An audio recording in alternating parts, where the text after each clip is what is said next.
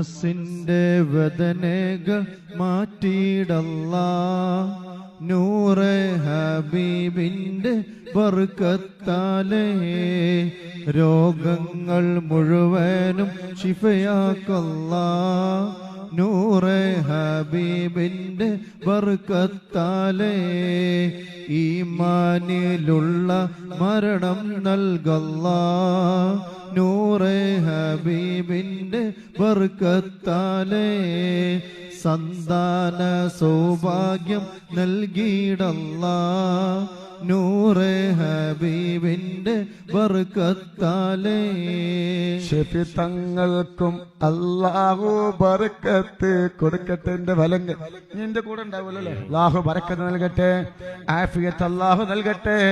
എന്റെ കാലം കഴിഞ്ഞാൽ സ്വലാത്ത് ഫാത്തിഹ അവരോട് അല്ലാഹു ചെയ്യട്ടെ. അല്ലാഹു